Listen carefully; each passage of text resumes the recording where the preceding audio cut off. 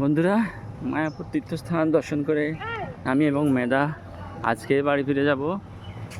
আর তার শেষবেলা চিন্তা করলাম ভিতরটা একটু ঘুরিয়ে দেখি, এই জন্যই এখন সকাল সকাল ঘুরতে এলাম। 9টা-10টার দিকে আমাদের গাড়ি চলে আসবে, তখন চলে যাব। সকালবেলার দৃশ্য এ হচ্ছে মায়াপুরের সকালবেলার দৃশ্য। এখানে অনেক রোদ উঠে গেছে, আর এখানে সকালের চেয়ে বিকেলেই বেশি আনন্দ হয়।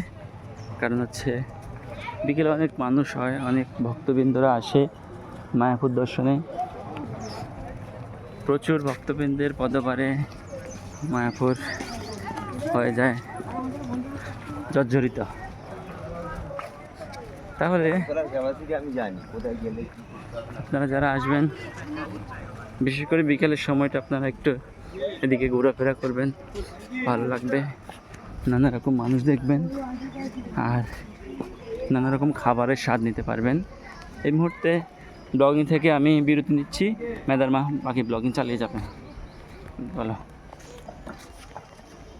আমরা এখন যাচ্ছি মেন মন্দিরের দিকে। কোথা দিয়ে যেন ঢুকলাম আমি বুঝতে পারছি না। দেখুন পেছনে যাবে না, দেখুন গাছে কত আম ধরেছে। কদম ফুলটা দেখো, কদম ফুল, এই যে গাছ ভর্তি কদম ফুল। হ্যাঁ, আসো।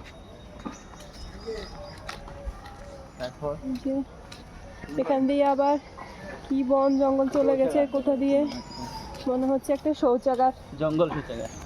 ভালো শৌচাগার আছে, ওদিকে আমি দেখাবো। মন্দিরের ভিতরে শৌচাগার অনেক আছে।